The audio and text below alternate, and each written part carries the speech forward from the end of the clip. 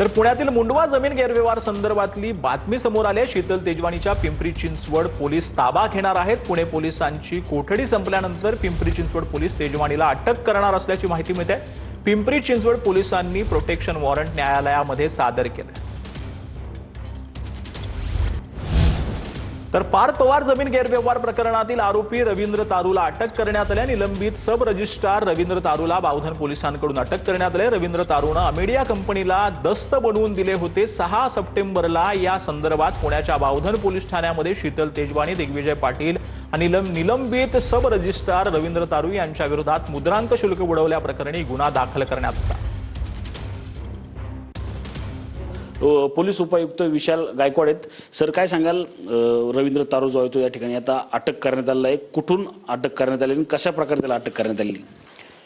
बावधन 523/25 या गुन्ह्यामध्ये रवींद्र बाळकृष्ण तारू वय 58 वर्ष हे दुय्यम निबंधक हवेली 4 या पदावर कार्यरत होते। पदावर असताना त्यांनी सदरचा वादातीत दस्त नोंदवला होता। त्यामध्ये कागदपत्राच्या पडताळणीवरून आणि गुन्ह्याच्या इन्व्हेस्टिगेशनमध्ये त्यांचा सहभाग दिसून आल्यावर आज त्यांना पुणे जिल्ह्यातील भोर येथून ताब्यात घेण्यात आलेला आहे आणि अटकेची सविस्तर कार्यवाही सुरू आहे। ही जी सेल डीड आहे, रजिस्ट्रेशन डॉक्युमेंट्सचं रजिस्ट्रेशन त्यांनी केलेलं आहे आणि त्यामध्ये अनियमितता दिसून आल्यामुळे त्यांना आज ताब्यात घेण्यात आलेलं आहे। शीतल तेजवानी यांच्या बाबतीमध्ये बावधन ज्युरिस्डिक्शनचं जे मान्य न्यायालय आहे तेथून प्रोडक्शन वॉरंट, ट्रान्सफर वॉरंट हे प्राप्त केलेलं आहे।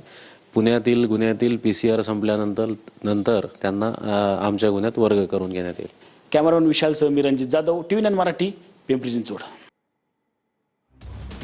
तर नवनीत राणांचं बाबरीची वीट रचणाऱ्यांना एक्सपोस्टद्वारे आव्हान पाहायला मिळतंय। नवनीत राणांच्या एक्सपोस्टमुळे नवा वाद पेटण्याची शक्यता आहे। मुर्शिदाबादचं नामांतर भागीरथ धाम होणार असं नवनीत राणांनी म्हटलेलं आहे। तर नवनीत राणा यांनी नक्की काय ट्विट केलंय ते आपण पाहूयात। बाबरी की नींव जो लगाई है उसे जल्द कार सेवा कर उखाड़ा जाएगा असं नवनीत राणांनी म्हटलंय। मुर्शिदाबाद का नाम भगीरथ धाम किया जाएगा और गर्व से जय श्री राम कहा जाएगा असं ट्विट जे आहे ते नवनीत राणांनी केलं। तर सरकार जाणून बुजून अडथळे निर्माण करत आहे असं मनोज जरांगेंनी म्हटलेलं आहे। कुणबी नोंदी सापडूनही प्रमाणपत्राचं वाटप नाही असा आरोप मनोज जरांगेंनी केला। आम्हाला पुन्हा आंदोलनाचा विचार करावा लागेल असं देखील मनोज जरांगेंनी म्हटलंय। मुख्यमंत्र्यांनी शब्द दिला, आंदोलन करण्याची वेळ येणार नाही असं देखील जरांगेंनी म्हटलेलं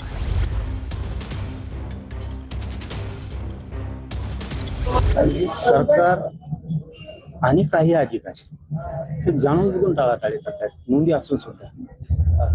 याच्या विरुद्ध आम्हाला आवाज उठवायची वेळ येऊ नये। शिंदे समिती सुद्धा सुरू पुन्हा करतोय आम्ही, हे त्यांनी सांगितलं। फक्त आता अधिवेशन होतं उद्या सुरू, फक्त वाट शिंदे समिती सुरू होती का? व्हॅलिडिटी का रोखून धरल्या? ज्यांचे कुणबी प्रमाणपत्र निघाले, त्यांना नोंदी निघाल्या, त्यांना प्रमाणपत्र का दिले जात नाहीत हे आम्ही बघतोय। आता नसता मग आम्हाला पुन्हा आंदोलनाचा विचार करावाच लागणार आहे। पण असं वाटतं की मुख्यमंत्री बोललेच होता, त्याच्यामुळं हे आंदोलन करण्याची वेळ येणार नाही।